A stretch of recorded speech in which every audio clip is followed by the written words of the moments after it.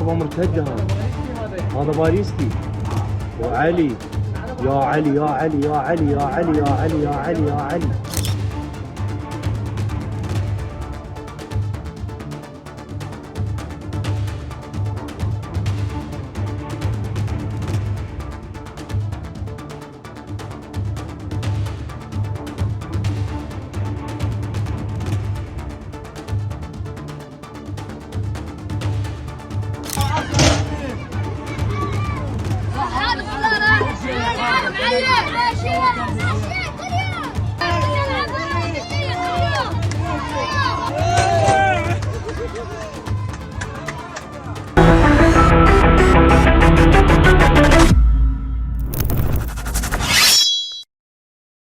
வணக்கம். Are we heading towards World War III? மூன்றாவது உலகப் போரை நோக்கி நாம் நகர்ந்து கொண்டிருக்கிறோம். ஒரு புறம் ரஷ்யா யுக்ரைன் போர், இன்னொரு புறம் இஸ்ரேல் பாலஸ்தீன் போர், இப்போ இஸ்ரேல் ஈரான் போர். ஒரு சில நாட்களுக்கு முன்பு இந்தியா பாகிஸ்தானுடைய கான்ஃபிளிக்ட் நாம் பார்த்தோம். உலகத்தில் எங்க என்ன நடந்தாலும் அமெரிக்கா தன்னுடைய மூக்கை எதற்காக நுழைத்து வருகிறது? அமெரிக்காவுடைய பாலிசிகளுக்கு எதிராக, அமெரிக்காவுக்கு எதிராக எந்த நாடு எதிர்ப்பை தெரிவித்தால் கூட அந்த நாட்டை அழிக்கக்கூடிய வேலையை அமெரிக்கா பார்க்கிறது. டொனால்ட் ட்ரம்புடைய ஹிப்போக்ரசியை நாம் உடைக்கப் போகிறோம், அமெரிக்காவுடைய ஹிப்போக்ரசியை நாம் உடைக்கப் போகிறோம் என்ற பருவம். உலக நாடுகளில் விஸ்வகுரு என்று தன்னை அடையாளம் கொண்ட பிரைம் மினிஸ்டர் மோடியுடைய உண்மையான நிலை என்ன, இந்தியாவுடைய ஸ்டாண்ட் என்ன, இந்தியாவுடைய ஃபாரின் பாலிசியுடைய நிலை எப்படி மாறிவிட்டது என்று அதையும் நாம் இந்த பதிவில் மிக ஆழமாக பார்க்க போகிறோம். அதற்கு முன்பு இந்த சேனலில் வரக்கூடிய டீப் ரிசர்ச் அனாலிட்டிக் முறைப்படி வரக்கூடிய ஒவ்வொரு பதிவையும் நீங்க விரும்பி பார்த்து வருகிறீர்கள். இந்த பதிவுகளை இன்னும் அதிக நபர்களுக்கு செல்வதற்காக உங்களுடைய உதவி தேவைப்படுகிறது. அதற்காக நீங்க செய்யக்கூடிய ஒரே ஒரு வேலை, இந்த பதிவுகளை பகிருங்க, உங்களுடைய கருத்துக்களை கீழே கமெண்ட் பாக்ஸில் எழுதுங்க. இதை தாண்டி இந்த சேனலை சப்போர்ட் செய்ய நினைக்கக்கூடிய நபர்கள் கீழே எழுதியிருக்கக்கூடிய யூபி ஐடியிலும் உங்களுடைய ஆதரவை தெரிவிக்கலாம். நான் தொடக்கத்திலே கூறியபடி Russia Ukraine, Israel Palestine, Israel Iran போர் எந்த அளவில் அமெரிக்கா இந்த 3 இடங்களிலுமே தன்னுடைய மூக்கை நுழைத்து வருகிறது என்று நீங்க பார்த்து வருகிறீர்கள். ரஷ்யா யுக்ரைன் போர்ல இருந்து நாம் பார்த்தோம் என்றால் பிப்ரவரி மாதம் 2022ஆம் ஆண்டு ரஷ்யாவிற்கும் யுக்ரைனுக்கு நடுவில் ஒரு மிகப்பெரிய போர் தொடங்கப்பட்டது. ஆனால் திடீர் என்று ஒரு மாதத்திற்கு முன்பு மிக நீண்ட பிளானிங்கிற்கு பின்பு யுக்ரைன் நடத்திய ஒரு மிகப்பெரிய தாக்குதலில் ரஷ்யா எந்த அளவில் ஒரு மிகப்பெரிய லாஸை பார்த்தது, ரஷ்யாவுடைய ஏர் பேசஸ்கள் எந்த அளவில் சேதமடைக்கப்பட்டது, எந்த அளவில் யுக்ரைனுடைய சாதாரணமான $500 $1000 கொண்ட, அதாவது 45,000 அல்ல 80,000 தயாரிக்கப்பட்ட அந்த ட்ரோன்ஸ்களை வைத்து எந்த அளவில் ரஷ்யாவை ஒரு மிகப்பெரிய அளவில் பேக்ஃபுட்டிற்கு அனுப்பியது யுக்ரைன் என்று நாம் பார்த்தோம். அதற்கு பின்பு ரஷ்யா மீது ஏற்பட்ட ஒரு மிகப்பெரிய பிரஷர், உடனுக்குடன் யுக்ரைனுக்கு பதில் கொடுக்க வேண்டும் என்கிற அந்த விஷயம். அப்போ எப்ப வேணாலும் ஒரு மிகப்பெரிய தாக்குதலை ரஷ்யா யுக்ரைன் மீது நடத்த போகிறது. கடந்த 3 ஆண்டுகளாக எந்த அளவில் காசாவை இஸ்ரேல் தாக்கி வருகிறது, ஹமஸை சார்ந்த நபர்கள் இஸ்ரேலை சார்ந்த ஒரு சில நபர்களை கிட்னாப் செய்து விட்டார்கள் என்ற ஒரு காரணத்தை சொல்லிட்டு ஹமாஸ் நடத்திய தாக்குதலுக்கு பின்பு எந்த அளவில் காசாவில் இருக்கக்கூடிய அப்பாவி மக்களை இஸ்ரேல் தாக்கி வந்தது. அங்க இருக்கக்கூடிய பள்ளிக்கூடங்கள், அங்க இருக்கக்கூடிய மருத்துவமனைகள், சின்ன சின்ன குழந்தைகள், முதியோர்கள், பெண்கள் யாரையுமே விட்டு வைக்கவில்லை. அங்க இருக்கக்கூடிய ஒட்டுமொத்த இன்ஃப்ராஸ்ட்ரக்சரை அழித்து விட்டார்கள். இன்னும் சொல்ல போனால் பசியால் பட்டினியால் உயிரிழந்த நபர்கள் ஏராளம். அங்க இருக்கக்கூடிய சின்ன சின்ன குழந்தைகள் குடிக்க பால் கூட இல்லாமல், கை இல்லாமல், கால் இல்லாமல் அங்க தவிக்கக்கூடிய நிலையை நாம் பார்த்து வருகிறோம். அதற்கு எதிராக இந்தியா எந்த அளவில் ஸ்டாண்ட் எடுத்து வைத்தது, சீஸ் ஃபயருக்காக உலக நாடுகள் எந்த அளவில் ஸ்டாண்ட் எடுத்து வைத்தார்கள், அதையும் நாம் மிக முக்கியமாக பார்த்தோம். கடந்த 2-3 ஆண்டுகளாக எந்த அளவில் காசாவில் இருக்கக்கூடிய சிவிலியன்ஸ்களை பாலஸ்தீன் மீது நாங்க நடத்திய தாக்குதல் அதை நியாயப்படுத்துவதாக இந்த இஸ்ரேல் பேசி வந்ததோ, 2 நாட்களாக எந்த அளவில் ஈரான் தன்னுடைய 300-400 மிசைல்களை வைத்துதான் தாக்கியிருக்கிறார்கள். தெஹ்ரான் மீது நடத்திய தாக்குதலாக இருக்கட்டும், அதற்கு பின்பு நடந்த கான்ஃபிளிக்ட்களாக இருக்கட்டும், இன்னைக்கு இஸ்ரேல் செய்யக்கூடிய வேலை ஒட்டுமொத்த உலகத்தில் இருக்கக்கூடிய மீடியா ஹவுசஸ்களை வைத்து பாருங்கள், எங்கள் நாட்டு மீது, எங்கள் நாட்டு மக்கள் மீது ஈரான் தாக்கி வருகிறது என்று கூறுகிறது. ஆனால் இதே இஸ்ரேல் காசா காசாவில் எந்த விதமான ரிப்போர்ட்டிங் நடக்கக்கூடாது, எந்த ஜேர்னலிஸ்டுமே அங்க போகக்கூடாது என்கிற ஒரு மிகப்பெரிய ஸ்டாண்ட் எடுத்து வைத்தார்கள். அதாவது அங்க இருக்கக்கூடிய மக்கள் மக்கள் கிடையாது, அங்க இருக்கக்கூடிய சிவிலியன்ஸ் கிடையாது. ஆனால் இந்த நாட்டு மீது ஒரு சில மிசைல்ஸ்கள் விழுந்த உடனேயே ஒட்டுமொத்த உலக நாடுகளில் இருக்கக்கூடிய மீடியா ஹவுசஸ்கள் அதை கவர் செய்ய வேண்டும் என்கிற அந்த வேலை இவர்கள் பார்த்து வருகிறார். ஹிப்போக்ரசி எந்த அளவில் இந்த ஹிப்போக்ரசி இருக்கிறது என்று நீங்க பாருங்கள். யுக்ரைன் நாட்டோ யுக்ரைனுக்கு சப்போர்ட் கொடுப்பதாக ரஷ்யாவிற்கு தெரியும். அதனால் உடனுக்குடன் அவர்களால் பதில் கொடுக்க முடியும். ஆனால் இஸ்ரேல் பாலஸ்தீன் மீது, ஹமாஸ் மீது நாங்க தாக்குதலை நடத்துறோம் என்கிற அந்த பெயரை வைத்து இந்த ஒட்டுமொத்த காசாவையே அவர்கள் அழித்து விட்டார்கள். அதையும் நீங்க பார்க்க இஸ்ரேல் திடீர் என்று ஈரான் மீது நடத்திய தாக்குதல் ஜூன் 13ஆம் தேதி 2025ஆம் ஆண்டு. அதாவது அமெரிக்கா மற்றும் இஸ்ரேல் இரண்டு நாடுகளுமே ஈரான் மீது எழுப்பிய சுமத்திய அந்த அலிகேஷன், ஈரான் ஒரு மிகப்பெரிய நியூக்ளியர் மிசைலை தயாரிக்க போறார்கள், நியூக்ளியர் பவருக்கான அந்த டெஸ்டிங் நடந்து கொண்டிருக்கின்ற அந்த காரணத்தை காட்டி கடந்த 30 ஆண்டுகளாக இஸ்ரேல் இந்த அலிகேஷனை ஈரான் மீது சுமத்தி வருகிறது. அதே போன்று அமெரிக்கா என்ன செய்கிறார்கள்? அமெரிக்காவும் ஈராக் இதே நியூக்ளியர் மிசைலை தயாரிக்க போறார்கள் என்று ஒட்டுமொத்த ஈராக்கை அழித்த அந்த கதையும் உங்களுக்கு தெரியும். சத்தாம் ஹுசைன் என்ன, கத்தாஃபி என்ன ஆனார்? அனைத்து நபர்களையுமே நீங்க பார்த்தீர்கள். இந்த அனைத்து நபர்களுமே அமெரிக்காவுடைய பாலிசிகளுக்கு எதிராக குரல் கொடுத்த நபர்கள், குரல் கொடுத்த நாடு. ஆனால் அனைத்து இடங்களிலுமே அமெரிக்கா அளித்தது மட்டுமல்லாமல் அதை நியாயப்படுத்தக்கூடிய வேலையும் பார்த்து வந்தது. 13ஆம் தேதி ஜூன் மாதம் நடத்திய இந்த தாக்குதலில் இஸ்ரேல் நேரடியாக அவர்களுடைய ராணுவ தளபதிகளை குறிவைத்து அவர்களுடைய அபார்ட்மெண்ட்ஸ்கள் மீது இந்த மிசைல் தாக்குதல்களை நடத்தினார்கள். சைனா, ரஷ்யா, ஒட்டுமொத்த உலகமே இஸ்ரேல் நடத்திய இந்த தாக்குதலை கண்டித்தும் பேசியிருக்கிறார்கள், ஸ்டேட்மெண்ட்டும் கொடுத்திருக்கிறார்கள். ஆனால் இந்தியா, அமெரிக்கா எந்த விதமான ஸ்டேட்மெண்ட்டும் கொடுக்கவில்லை. காசாவில் இஸ்ரேல் நடத்தக்கூடிய தாக்குதலை கண்டித்து இந்தியா இதுவரை ஒரு ஸ்டேட்மெண்ட் கூட கொடுக்கவில்லை. ஆனால் 13ஆம் தேதி ஈரான் மீது இஸ்ரேல் நடத்திய தாக்குதலில் மேஜர் ஜெனரல் முகமது பகாரி, அதாவது chief of staff Iran arm forces, அவரை கொண்டிருக்கிறார்கள். Major general Hussein Salami, Islamic revolutionary guard corps உடைய சீஃப், இவரும் கொண்டு விட்டார்கள். Major general Gholam Ali Rashid, commander of Khatam al அபினியா சென்ட்ரல் ஹெட் குவார்டர்ஸ், இவரையும் கொண்டிருக்கிறார்கள். அதாவது உறக்கத்தில் இருக்கக்கூடிய நபர்கள், வேலைக்கு போன நபர்கள், எங்க இருந்தாலும் தன்னுடைய வீடுகளிலே இந்த தாக்குதல்களை நடத்தி இருக்கிறது இஸ்ரேல் ஆன் ஈரான். இது மட்டுமல்ல, நியூக்ளியர் சயின்டிஸ்ட்களை கூட விட்டு வைக்கவில்லை. Fereydoun Abbasi Davani, former head of atomic energy organized in Iran, Mohammad Mehdi, Islamic Azad யூனிவர்சிட்டியுடைய நியூக்ளியர் சயின்டிஸ்ட், இது போன்ற ஏராளமான ஆர்மி ஹெட்ஸ்களை, அதனுடைய அரசியல் தலைவர்களை இஸ்ரேல் தாக்கியது, அதில் அவர்களை கொன்று விட்டார். அதற்கான ரெட்டாலியேஷன், பதில் கொடுக்கும்படி உடனடியாக ஈரான் அதற்கான பதிலை கொடுத்தது. ஹமாஸ், ஹெஸ்புல்லா, ஹொத்தீஸ் இவர்களுக்கு ஈரான் சப்போர்ட் செய்வதாகவும் ஒரு அலிகேஷனை அமெரிக்கா மற்றும் இஸ்ரேல் தொடர்ந்து எடுத்து வைத்து வருகிறார்கள். ஆனால் இவர்கள் நடத்திய ரெட்டாலியேஷன் தாக்குதலில், ஈரான் இஸ்ரேல் மீது நடத்திய தாக்குதலில் நீங்க பார்த்தீர்கள்னா, பெலிஸ்டிக் மிசைல்ஸ் ஜூன் 13ஆம் தேதி கிட்டத்தட்ட 100 ballistic missile Tel Aviv, Jerusalem மற்றும் ஹஃபீஃபா என்கிற இந்த 3 இடங்களில் இந்த மிகப்பெரிய தாக்குதல் நடத்தியது. இதை தாண்டி ஜூன் 15ஆம் தேதி அடுத்த தாக்குதல், அதே மாதிரி ஒரு மிகப்பெரிய மிசைல் அட்டாக். ஜூன் 16ஆம் தேதி நீங்க பார்த்தீர்கள்னா, ஈரான் இஸ்ரேல் மீது மீண்டும் ஒரு முறை ஒரு மிகப்பெரிய தாக்குதல் நடத்தியது.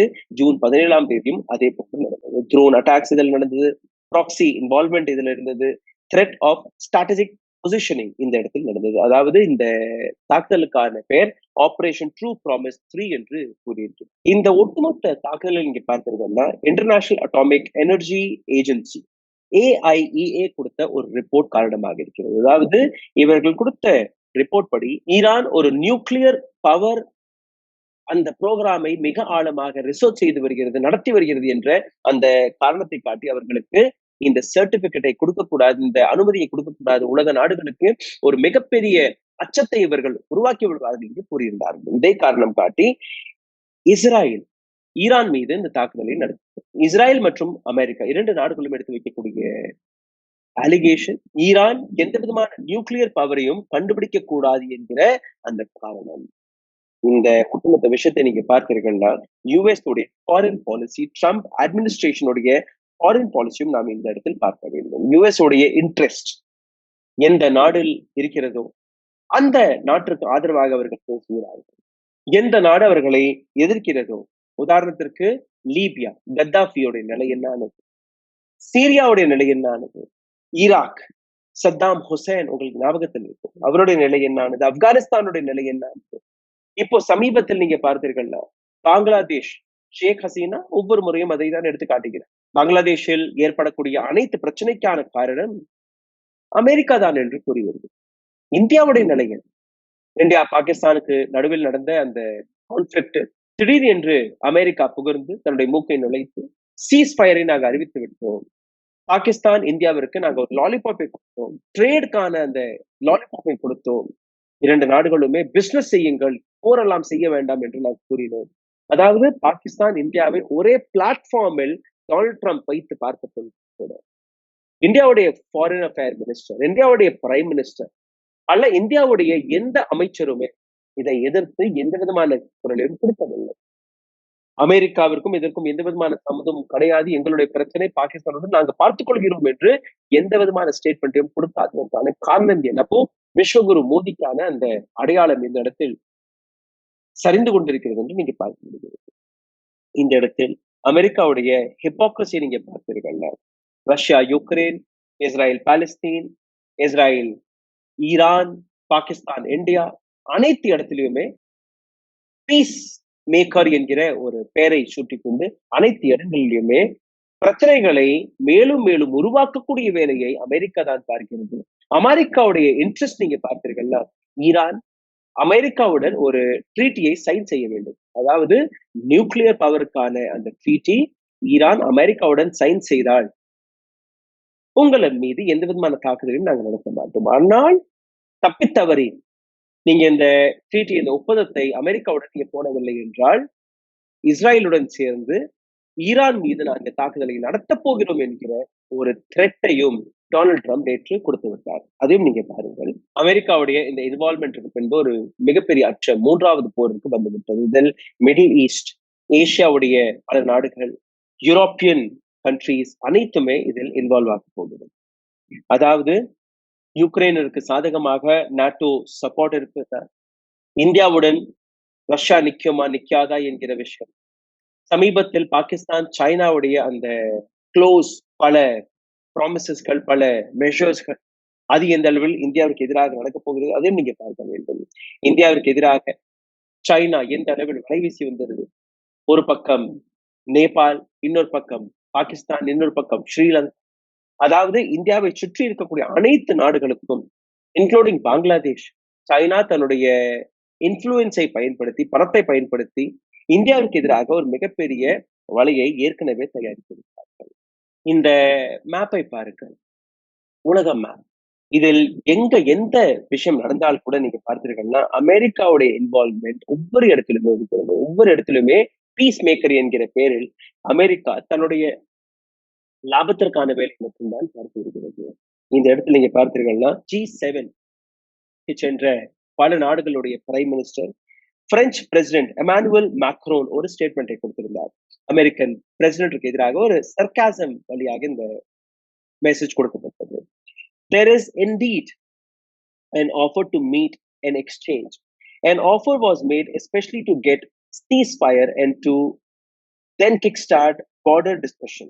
We have to see now whether the sides will follow. Right now, I believe negotiation needs to restart and that civilians need to be protected. Ceasefire. Donald ட்ரம்ப்புக்கு பிடித்த ஒரு விஷயம். உலக நாடுகளில் என்ன நடந்தாலும் சீஸ்ஃபயருக்கு நாங்கள் தான் அந்த இனிஷியேட்டிவை செய்தோம் என்று கூறிய டொனால்ட் ட்ரம்ப்பை ஒரு தாக்கி ஒரு சர்காசமாக இந்த பதிலை பிரெஞ்சு பிரைம் மினிஸ்டர் கொடுத்துள்ளார். Emmanuel Macron peacemaker undergoes the international community. US அதற்கான பதிலும் கொடுத்திருக்கிறது. Publicity seeking President Emmanuel Macron of France mistakenly said, I left G7 summit. French Prime Minister என்னை தவறாக புரிந்து கொண்டார். G7 மீட்டிங்கை நான் இதற்காக விட்டு வெளியில வரவில்லை. In Canada, I go back to DC to work on ceasefire between Israel and Iran is wrong. Israel ஈரானுக்கு நடுவில் அந்த பீஸ் கீப்பிங் அந்த வார்த்தைகளை பேசுவதற்காக, பீஸ் மேக்கர் வேலை பார்ப்பதற்காக நான் திரும்பவில்லை. He has no idea why I am now on my way to Washington DC. அவருக்கு எந்த விதமான ஐடியாவும் கிடையாது எதற்காக நான் வாஷிங்டன் டிசியை நோக்கி பறந்து கொண்டிருக்கிறேன் என்று. But it certainly has nothing to do with the ceasefire. உண்மையிலே இதை சீஸ்ஃபயருக்கும் என்னுடைய பயணத்தையும் ஒப்பிட்டு பார்க்க வேண்டாம். Much bigger than that. இது அதற்கும் மேல், சீஸ்ஃபயருக்கும் மேல. Whether the purposely or not, Emmanuel always gets it wrong. Emmanuel, அதாவது பிரெஞ்சு பிரைம் மினிஸ்டர், ஒவ்வொரு விஷயத்தையும் தவறாக புரிந்து கொள்கிறார் என்று கூறி வருகிறார். அதாவது இதனுடைய ஸ்டேட்மெண்ட்டை நீங்க பார்த்திருக்கிறீங்களா, ஏதோ ஒரு மிகப்பெரிய அளவில் நடக்க போவதை அவர்கள் புரிவித்திருக்கிறார். எப்போ அவர் அமெரிக்கா சென்றாரோ அந்த அடுத்த நிமிடமே தன்னுடைய எக்ஸ் பக்கத்தில் 3 ட்வீட்களை தொடர்ந்து போட்டார் Donald Trump. Unconditional surrender, Iran அன்கண்டிஷனலாக உடனடியாக சரண்டர் செய்ய வேண்டும் என்கிற முதல் threat. இரண்டாவது, we know exactly where the so-called supreme leader is hidden. ஈரானின் சுப்ரீம் லீடர் இந்த இடத்தில் ஒளிந்திருக்கிறார் என்று எங்களுக்கு தெரியும். ஆனால் அந்த நபரை is a very easy target, ரொம்பவே சாதாரணமான டார்கெட்டாக இருக்கிறார். ஆனால் அந்த நபரை நாங்க கொல்லவும் மாட்டோம், உடனடியாக அந்த நபர் மீது எந்த விதமான ஆக்ஷனும் எடுக்க மாட்டோம். At least not for now. But we don't want missile shot at civilians. We don't want missile shots at civilians. Israel மீது ஈரான் நடத்தக்கூடிய தாக்குதல் அங்க இருக்கக்கூடிய அப்பாவி மக்கள் மீது விலகக்கூடாது. எங்க இருந்தார் இவர்? காசா மீது தாக்குதல் நடத்தும் போது கடந்த 2 ஆண்டுகளாக இருக்கக்கூடிய சின்ன சின்ன குழந்தைகள் கொலை செய்யப்படும் போது, பெண்கள் கொலை செய்யப்படும் போது, அங்க இருக்கக்கூடிய மருத்துவமனைகள், பள்ளிக்கூடங்கள், எஸ்டாப்ளிஷ்மெண்ட்ஸ்கள் அழிக்கப்படும் போது, அப்போ சிவிலியன்ஸ்கள் டொனால்ட் ட்ரம்பிற்கு ஞாபகத்தில் வரவில்லை. இதை தாண்டி we now have complete total control on the sky of Iran. ஒட்டுமொத்த ஈரானுடைய மானத்தில் எங்களுடைய கண்ட்ரோல் வந்துவிட்டது.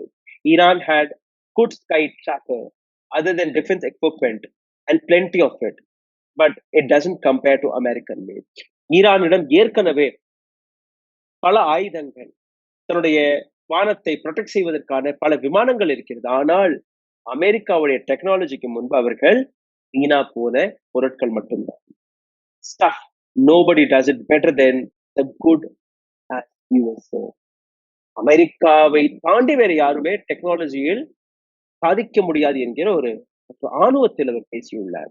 இதே போன்று நீங்க பார்த்திருக்கீங்களா, யுஎஸ் உடைய ஃபாரின் பாலிசி எந்த அளவில் அலைன் ஆக இருக்கிறது, அதை நீங்க பார்த்தீர்கள். உலக நாடுகள், அது ஈராக்காக இருக்கட்டும், லீபியாக இருக்கட்டும், சீரியாவாக இருக்கட்டும், இந்த அனைத்து நாடுகளுமே ரோக் ஸ்டேட் என்கிற ஒரு பட்டத்தையும் அமெரிக்கா தொடர்ந்து சுமந்து வருகிறது. அதாவது அமெரிக்காவிற்கு எதிராக யார், எந்த நாடு எந்த விதமான கேள்வியை கேட்டாலும், எதிர்ப்பை தெரிவித்தாலும் அந்த நாடுகள் மீது தாக்குதலை நடத்தக்கூடிய வேலையை அமெரிக்கா தொடர்ந்து பார்த்து வருகிறது. இதுதான் ஹிஸ்டரி. நியூக்ளியர் குவெஸ்டனை பார்க்கும்போது அமெரிக்கா அல்ல மற்ற யூரோப்பியன் நாடுகள் எதற்காக, எந்த அரபு நாடு நியூக்ளியர் பவர் வெறும் ஒரு மிசைல் சிஸ்டம் மட்டும் அல்ல, நியூக்ளியர் பவரை பல நல்ல விஷயங்களுக்கும் நீங்க பயன்படுத்தலாம். அது மின்சாரம் தயாரிப்பதற்காக, பல சயின்டிபிக் ரிசர்ச்சுக்காகவும் பல நாடுகள் தயாரித்து வருகிறது. ஆனால் இன்னொரு விஷயத்தை நீங்க பார்த்தீங்கன்னா, எந்த நாடு நியூக்ளியர் பவராக மாறிவிடுகிறதோ அந்த நாட்டின் மீது எந்த நாடுமே தாக்குதலை நடத்துவதில்லை என்பதும் ஒரு உண்மையான விஷயம். அமெரிக்கா,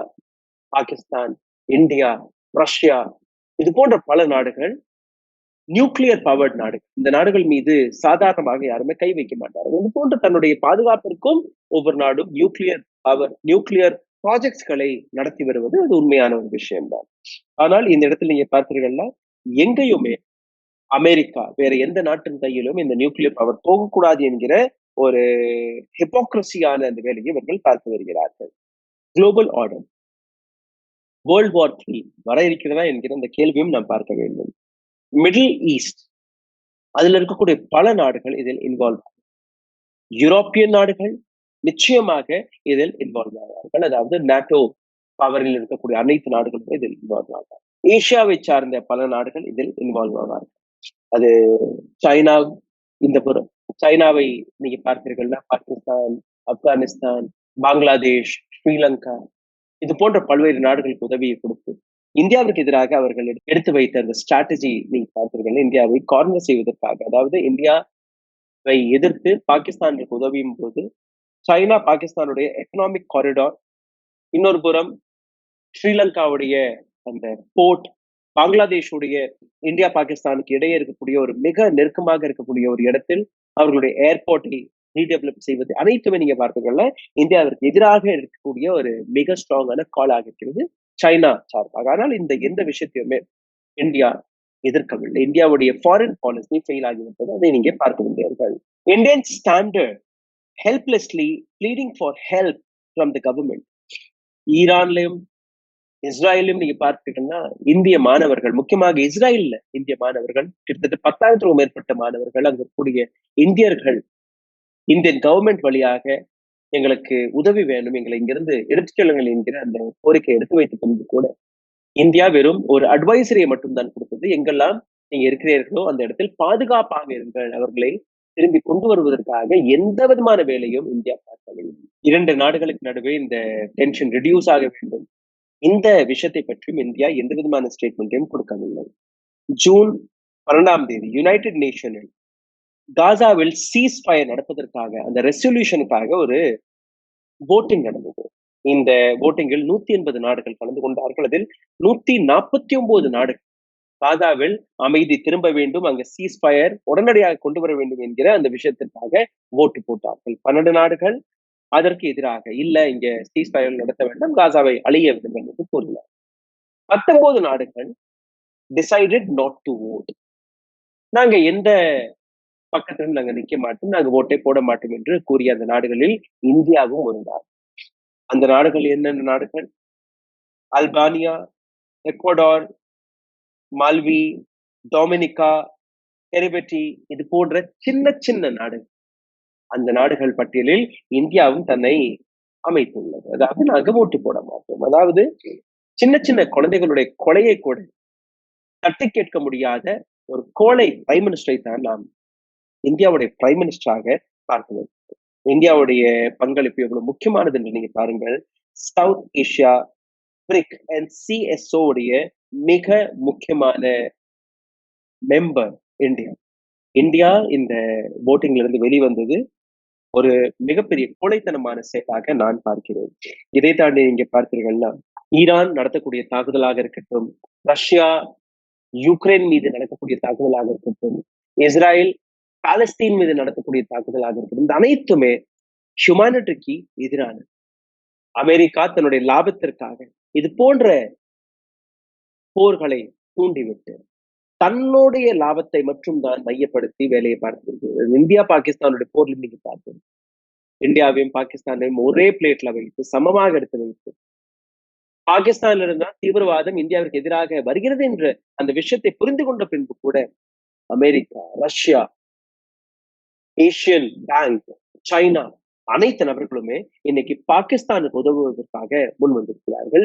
இந்தியாவுடன் எந்த நாடு நிக்கிறது என்று அந்த விஷயத்தை நீங்க அலசி பார்த்தீர்கள்னா ஒரு நாடு கூட கிடையாது என்பதை நீங்க தெரிந்து கொண்டிருக்கிறது.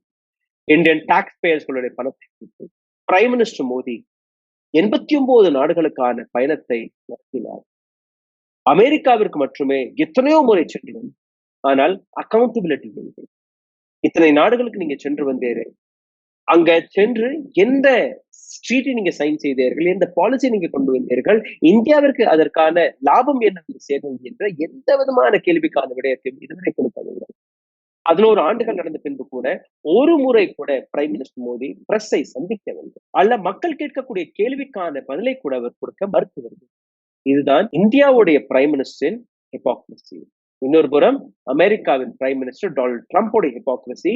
உலக நாடுகள் என்னை பார்த்து கேள்வி கேட்கக்கூடாது. பிரைம் மினிஸ்டர் மோடியோட ஹிப்போக்ரசி, இந்திய நாட்டு மக்கள் என்னை பார்த்து கேள்வி கேட்கக்கூடாது. ஆனால் சப் சங்காசி அச்சே தின் ஆ கயே ஹை ஆனே வாலே ஹை.